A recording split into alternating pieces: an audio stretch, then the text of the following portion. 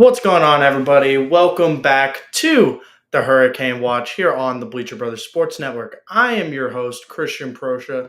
Thank you so much for tuning in to tonight's episode. We've got a big week coming up this week. Game week, ACC rival against Louisville.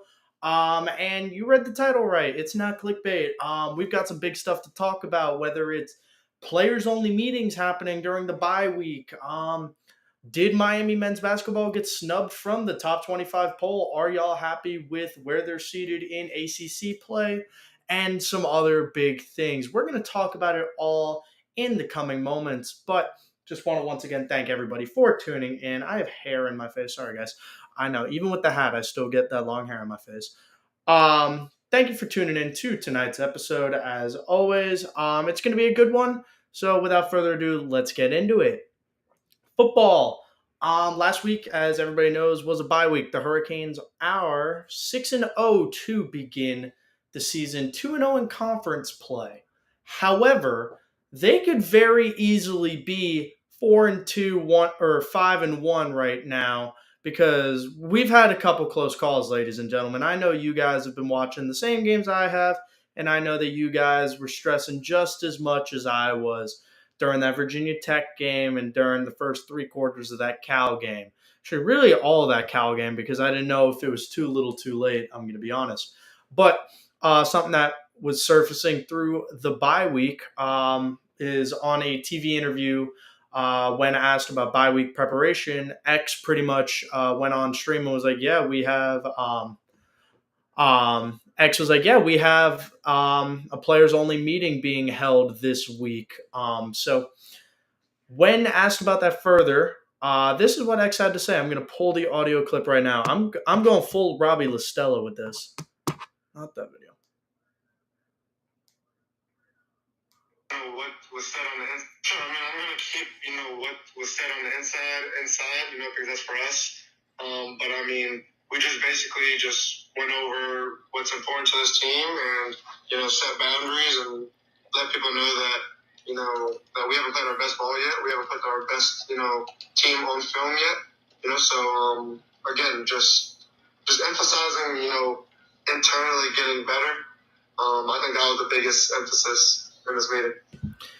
Like X said, we haven't played our best ball yet. Most of the time, when teams, when it comes in that there was a players only meeting being held during the week, most of the time that team is 1-5, 0-6, however you want to spin it. They're not having a good start to the season. However, this is showing me that this is a very player-led squad as far as the guys in the top. Also, I have no clue why it says Toby Schulman on the box. I am not Toby Schulman, but it looks fine on my end, so that's weird. Thank you, Toby. But like I was saying, it shows that this is a very player-led squad. As far as what we've done is awesome, but we don't want to end the season at 6-6. We don't want to get comfortable. We don't want to get complacent. One of the biggest things that was said throughout the pressers today by X and by multiple of the other guys, including Kiko and Simeon Barrow, was we don't have egos on this team. This isn't like pretty boy ball. This isn't go out and do your own thing in hopes of you getting drafted and not being a team player. No, this is 11 dudes fighting as one. And we've seen that. As historically speaking, most of those Miami Hurricanes teams of the past couple of years would have rolled over and died during the deficit to Virginia Tech, and they definitely would have during the 25-point Cal deficit. This is not a normal Miami team that a lot of us younger fans are used to seeing. This is more the OG Miami of we're going to go out and we're going to punch people in the mouth, figuratively, maybe literally, and we're going to show why we're the best team in college football. But so I completely agree. They haven't played their best ball. There's been a lot of sloppy football. There's been a lot of stupid mistakes, especially early on in games. Since the USF game, so for the past 3 games, 4 weeks now, I have not liked how Miami has opened football games. They haven't been that dominant offense that we should be expecting with Miami, because they've got all the superpowers in the world. Cam Ward's doing his magic. We got X and Zay Horton and Jacoby George really killing it. Running back room is depth, depth, depth, depth. That's the biggest thing. But there's another team that's having another very favorable start to their 2024 to 25 campaign, and that is the Louisville Cardinals, who we are going to be traveling to this weekend. I don't know if how many of y'all are going to the game. The game just got announced that tickets have been sold out, so this is a pretty big matchup on Saturday at noon Central Time. I personally will be at this game. I'm flying into Louisville on Friday night. I'll get there around midnight, get into a hotel around 1:30, and go some sleepies and get ready for a great day of shooting. So before we really get into things, make sure you guys are following New Era Prep and Bleacher Brothers for all coverage of University of Miami athletics. Literally midway through show prep, just had to stop and write an article in order to crank that out as far as men's basketball news, because we're going to talk about that in a little bit. But let's move on to Louisville. Louisville is a very good football team, as one can expect with Louisville. They will very easily have a chance of being a team that we play again on December 7th in the ACC Championship. They are going to be fighting for an ACC title. In my opinion, Louisville is the second best team in this league. I like Louisville 1,000 times better than Clemson, and I stand by that. One of the biggest reasons is the performance of Tyler Shuck, quarterback. Almost 1,700 passing yards, 14 touchdowns to only 3 picks. He's having a very good start to his year. One of the biggest beneficiaries of that is wide receiver Ja'Cory Brooks. 30 catches, 572 yards, and 6 touchdowns in the air. He is getting force-fed that ball. Expect a big day from him, but we also need to game plan around obviously neutralizing him. But they're not a one-dimensional offense. Louisville has running backs out the wazoo. 4 running backs with 20-plus carries already on the season. 5 if you're going to include Tyler Shuck, who's showed that he's able to do in the air and on the ground dual threat ability. Isaac Brown right now is the workhorse back with 60 touches for 508 yards and 3 scores. So, like I said, Louisville definitely has a very dynamic offense. Really interested to see how they are going to build into this game against a very good Miami team. Defensively for Louisville, in the secondary, their best coverage player has easily been MJ Griffin, who 74.3 pass defense grade per Pro Football Focus. Had to pull up those numbers really quick. And then their best corner has been Corey Thornton with a 69.7 pass defense grade. 69.7, nice. Also, another big performance has been from Palm Beach County native, Mr. Ashton Gillette. Definitely wanted to talk about him. Boca High alum, one and only. 16 total tackles and 2 sacks. Definitely going to be a matchup nightmare for our interior O-line. It's been a little banged up, but all systems are go for our full healthy offensive line to make their return, the same way that our full healthy defensive line is made their return versus Cal. All in all, I think this is a very winnable game for Miami. Like I said, biggest X factor is Ja'Cory Brooks going to pop off? I think he definitely has the potential. Obviously, 30 catches on the season. They're finding ways to get him the ball at all times. Louisville, like I've said previously, has one of the more dynamic offenses in college football, so I definitely think that neutralize one of them early and either make Shuck have to air it out 45 times during the day, or make Isaac Brown have to take 20 touches per on the day. I do not have a depth chart as far as injuries right now, so I don't know what Louisville's looking like injury-wise. However, they definitely did struggle a little bit in that SMU game which Canes fans, you know what that means. They're going to be the 2001 Canes when they play against us because we're a top 10 team in the land, ladies and gentlemen. Everybody is going to be on their A game against Miami. If y'all haven't figured that already, pay attention because everybody wants to beat Miami so bad. They want to beat us and they want to beat us. So my predictions for this game is definitely, I think once again, Cam Ward's going to have another 400 total yard performance on the day. That's just a given at this point. Pretty much every game he's throwing up 350 yarders, 3 touchdowns. You know the deal with Cam, and then he's been using his legs a lot more recently. So I really like that he's using the dual threat ability. I want to see the running back room once again split carries. Don't care who the feature back is going to be, whether it's Damian Martinez or Mark Fletcher. I said it on Chalupa Batman, Corey Carmona's halftime show during the Cal game. I really like Mark Fletcher at the beginning of the season. Said it to Luke Chaney from Canes 247 and the Hurricane. So if you've missed all those interviews, make sure you tune into those later tonight because guess what? There's no La Stella report tonight. Robbie is a little under the weather, so we gotta fill that airtime for y'all somehow. So rewatch some Hurricane Watch clips while you're at it. But yeah, I think big performance from Xavier Restrepo is needed once again. I think another 10 catch, 100-yard game, hopefully getting another touchdown is very doable for X. Another football storyline coming out of today is Vince Wilfork has just been voted into the 2024 Orange Bowl Hall of Fame class. So, yep, I know y'all can hear my dogs barking in the background. She is very happy. She's very happy that Vince Wilfork made the Orange Bowl Hall of Fame. But congratulations to Vince Wilfork for making that Hall of Fame. More than deserved. We are going to take a quick little break here. And when we come back, we're going to talk all things men's and women's basketball for the University of Miami. And I'm going to attempt to figure out why my name says Toby Schulman. I'm not good looking enough to be Toby Schulman. So we'll be right back in a few moments. Stay tuned.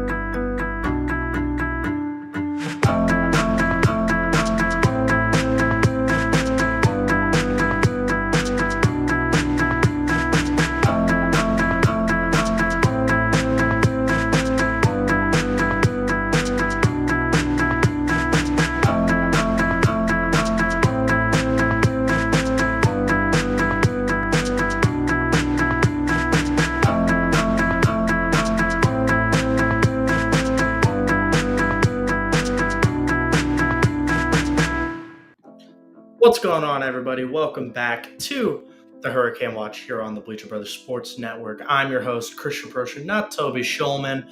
Still don't know why it says his name on the broadcast. Why is the music still playing? There we go. Had to. Oh, yay! It says my name now. There we go. All right, there we go. Just had to stall for time. See if my name popped back up. Once again, I'm not Toby Schulman. I could never be as glorious as King Schulman.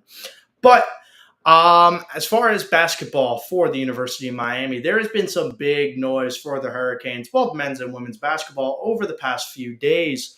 First off, if you missed last week's episode of the Hurricane Watch, last Tuesday, me and Luke Cheney from the Hurricane, we broke down the recruiting scene because there was multiple high-profile Canes targets that were set to make their decision. First off, on Thursday, we secured a commitment from four-star center from Putnam, Connecticut, Mr. Ben Ahmed, 6'9", 300-pound center. Bring him to me. Recruiting composite has now jumped all the way up to the 52nd ranked in the country per 24/7. He is the second commit in Miami's 2025 recruiting class. Big body lefty. Love me a little southpaw action. Love me a lefty shooter. Love his touch. I was able to break down his film a little more over the past couple days.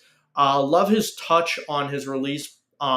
Very graceful inside the paint, which isn't really expected much from a big man, especially a 6'9", 300-pounder. But being so graceful in the paint makes you forget of how dominant he is, because guess what? Nobody's charging on him. Nobody's getting to that rim. He's very, very clear as the most dominant player on the court pretty much at all times. Unfortunately, Putnam Science Academy, where he attends, does not list their stats on Max Preps like most high schools in the country. They don't use the amazing recruiting asset that is Max Preps. So, or apparently they don't even have huddle film. I couldn't find a single piece of huddle film on him, so we just had to use the AAU ball. Really liked what I saw out of his AAU ball film. I'm sure that's what really drew Coach L and his staff to loving up on Ben Ahmed. But the big fish in the recruiting pool have officially been caught. It feels like forever. It feels like it's been forever, and we've been waiting forever for where will the Boozer twins go. I feel like these kids have been around once again forever. I've been hearing their names for years. Caden and Cameron Boozer officially announced their commitment on Friday afternoon or Friday morning between the University of Miami and ACC rival Duke. Unfortunately, the two dudes from the junior national team, gold medalists in the FIBA circuit, unfortunately they chose Duke. Local players really thought that they were gonna go to Miami. Definitely could see both sides. Very unfortunate that they are going to such a terrible school like Duke. Obviously, with the family ties being there, it makes sense. But once again, it's unfortunate. But we wish you guys nothing but the best. End of the day, because they're still kids. So please don't hate the kids for being able to live out their dream. Obviously, Caden and Cameron Boozer are going to be immediate impacts for Duke when they get onto campus. They'll be there for 1 year, and then they will be surefire picks in the NBA draft. But as far as the preseason polls, which were announced today, per the AP Top 25 poll, 2 ACC teams finished in the preseason poll, and that would obviously be Duke at number 7 and UNC at number 9. Nothing crazy or spectacular about that.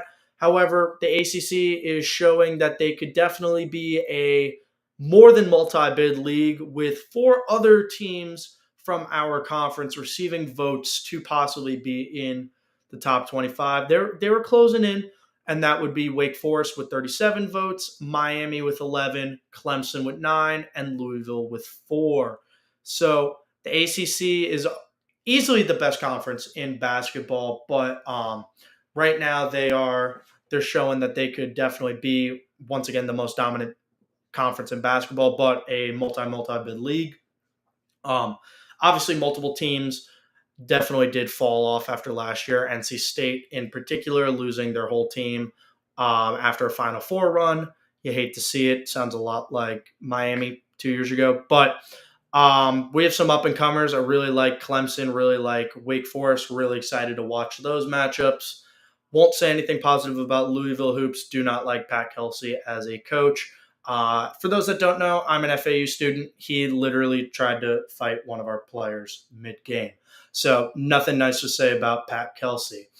CBS and the ACC voted Miami as the number 6 seed in the conference for their preseason poll. CBS has Duke, UNC, Clemson, Wake Forest, University of Virginia, and Miami as their top 6.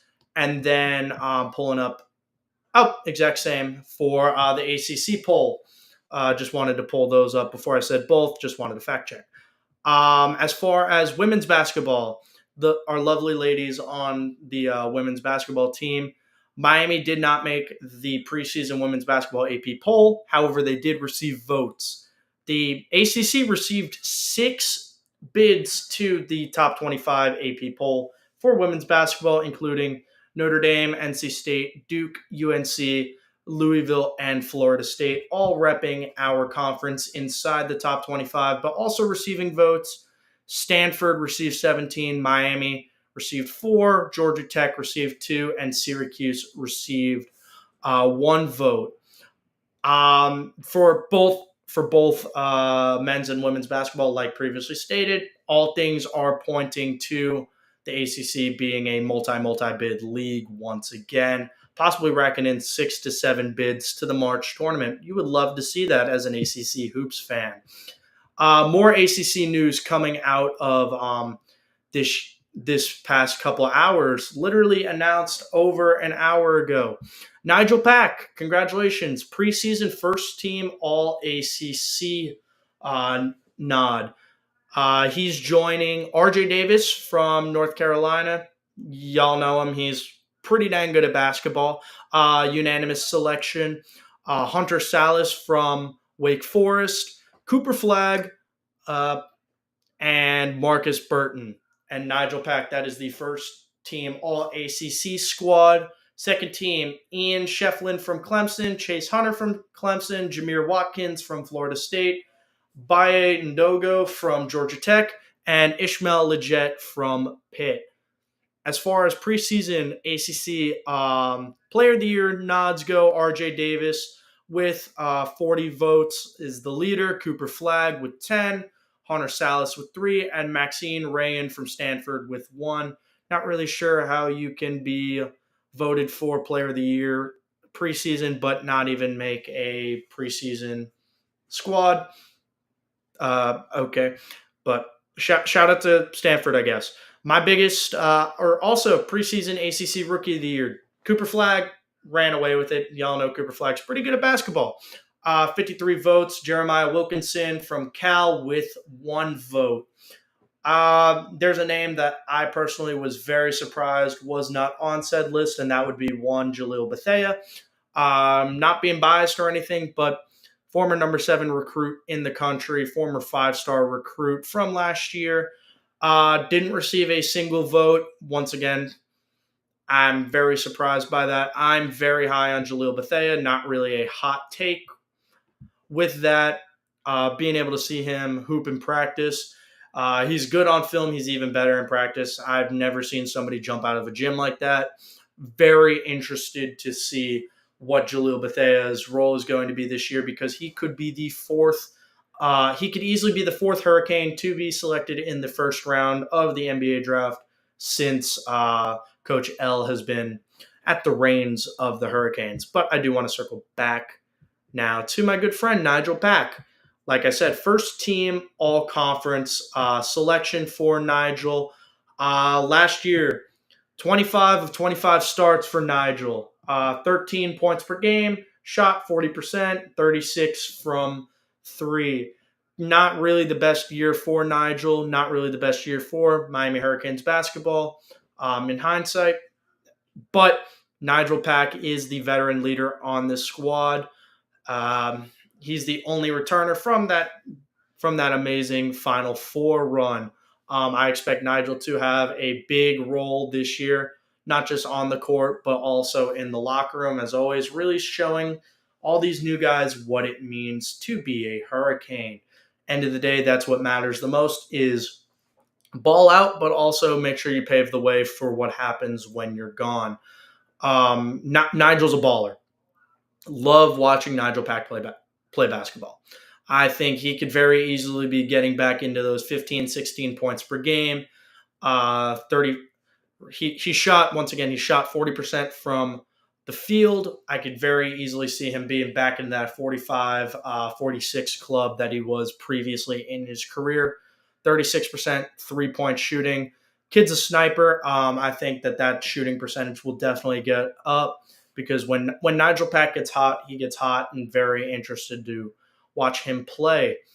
But, ladies and gentlemen, we are 20 days away from tip off of Miami's first exhibition game of the season. So, men's basketball is rapidly closing in. We're on the best part of the year when we're getting that little overlap. You got college football, NFL football, NBA, college hoops, NHL starting up again. I'm about to hop off this stream very soon because I want to watch that Panthers game. But yeah, MLS playoffs, all things are looking great in South Florida, unless you're a Marlins fan. The Marlins suck. But yeah, like I said, we're in the best part of the year. Everything is overlapping. We're getting that October baseball, NFL, you name it. If you want to watch a sport, it's on. So right now, Miami Hurricanes athletics is at the forefront of the pecking order as far as who the top dog in our city is. I think easily Miami football right now is the best team in the area. Dolphins having all the injury issues that they have definitely fell down a lot. So I think that the Hurricanes are giving our football fans some joy that they lost with the unfortunate injuries that have surrounded Miami Dolphins throughout the year. But we are winding down on our time here on the Hurricane Watch, a little bit shorter of an episode. End of the day, it's still midterm week for me here at FAU, so I kind of got to lock in with the grades a little, so a little bit shorter of an episode. I do want to thank everybody for tuning in once again to this episode of the Hurricane Watch. Once again, I will be in Louisville. I'm very excited to fly out to Louisville. Louisville is a school I've always wanted to catch a game at, so make sure you tune into coverage because it's going to be a great weekend. I land Friday night. I get in at around midnight. So also, if anybody's from Louisville, give me food recommendation spots. I want it. I always try to hit the local spots, the real good spots. I texted my good friend Trenton Breeze. You might know him from Kane's Insight. Great kid. Texted him last night because he's from Kentucky. I'm like, hey, dude, what's some good spots in the greater Louisville area? This kid had the audacity to text me back Buffalo Wild Wings. I have 5 of those by my house, Trenton. Thank you. So yeah, if anybody's from the greater Kentucky area, please give me a couple food spots. I want real Kentucky Fried Chicken, not actual KFC. So if anybody's got some recommendations, please shoot your boy over a couple DMs on Twitter or Instagram. As always, tune in to Bleacher Brothers and New Era Prep for all coverage of University of Miami athletics. Also tune in to Bleacher Brothers because guess what? We got a couple good shows. Unfortunately, the LaStella Report is not happening tonight once again. Robbie is quite under the weather. Poor baby. Hope he's feeling better by tomorrow. He even had to skip the FAU weekly presser. That's how you know the kid's down for the count right now. But even while he was MJ flu gaming it at the AAC Media Day, kid was killing it with the coverage. So tune into all of that. A Wild Snap, that's one of our newer shows, headlined by Drew Shula and Toby Schulman. They did a segment today where they had to name all 134 FBS college football teams on like a website or something. They got 133 of them. Make sure you tune into the show to see which one they didn't get. I'm very disappointed in those absolute buffoons. I don't know how you didn't get that one. And then once again with Toby, back to the dugout. Y'all know it. Y'all love it. Baseball centric. We're in October baseball. He's working his ass off right now. But thank you, everybody, for tuning into tonight's episode of the Hurricane Watch. I'm hopping off. I got to take a midterm. Hope everybody has a great rest of your night. And I look forward to providing y'all some coverage this weekend. Stay tuned.